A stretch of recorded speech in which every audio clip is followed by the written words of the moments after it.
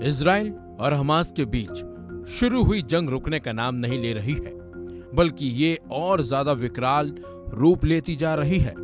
और ये जंग अभी तो रुकती हुई भी नजर नहीं आ रही दूर दूर तक, बल्कि इस जंग को 7 दिन बीत चुके हैं। इसी बीच अब इजरायली फौज ने फिलिस्तीनी ग्रुप का सफाया करने का पूरी तरह से मन बना लिया है, बल्कि इजराइल सरकार किसी भी वक्त जमीनी हमला भी कर सकती है।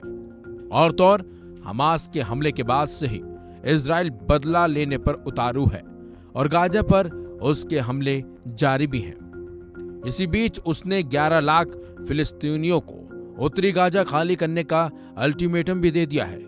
संयुक्त राष्ट्र के एक प्रवक्ता ने बताया कि इजराइल की सेना ने उत्तरी गाजा के 11 लाख लोगों को 24 घंटे के अंदर वहां से चले जाने का निर्देश दिया है। संयुक्त राष्ट्र के प्रवक्ता स्टीफन दुजारिक ने कहा कि इस आदेश से विनाशकारी मानवीय परिणाम सामने आने का खतरा है।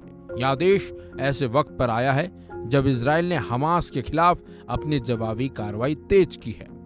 वहीं दूसरी तरफ यूएन के इस बयान पर इजराइल भड़क गया है। इजराइल ने संयुक्त राष्ट्र के बयान को गलत और अपमानजनक बताया है।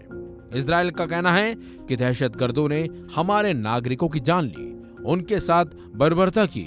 संयुक्त राष्ट्र ऐसे हालात में हमें कोई उपदेश ना दे। इस समय उसे हमास के हमलों की निंदा करनी चाहिए और बंधकों को छुड़ाने में मदद हमारी करनी चाहिए। वहीं संयुक्त राष्ट्र के उत्तरी गाजा को खाली करने के आदेश पर वरिष्ठ इजरायली अधिकारियों से स्पष्टता मांगी है। वहीं सूत्रों की माने तो इजराइल ने 24 घंटे के अंदर उत्तरी गाजा को खाली करने का आदेश जारी करने के बाद संयुक्त राष्ट्र महासचिव एंटोनिया ने इजरायली राजदूत ग्लाद एडोर्न से इस मुद्दे पर स्थिति स्पष्ट करने के लिए भी कहा है। वहीं सूत्रों की माने तो गुतारेस ने कम से कम 2 फोन कॉलों के बाद इस बारे में स्पष्टता मांगी कि इस आदेश को कैसे लागू किया जा सकता है, जबकि संयुक्त राष्ट्र ने सार्वजनिक रूप से कहा है कि विनाशकारी मानवीय परिणामों के बिना इस तरह का पलायन होना असंभव है। वहीं उत्तरी गाजा खाली करने के अल्टीमेटम का एक संकेत ये भी हो सकता है कि इजराइल अब गाजा पर बड़ी जमीनी हमला करने की तैयारी कर रहा है। गुरुवार को इजराइल की सेना ने कहा है कि वो गाजा में संभावित जमीनी अभियान की तैयारी कर रही है, लेकिन देश के नेताओं ने इस संबंध में अभी कोई निर्णय नहीं लिया है।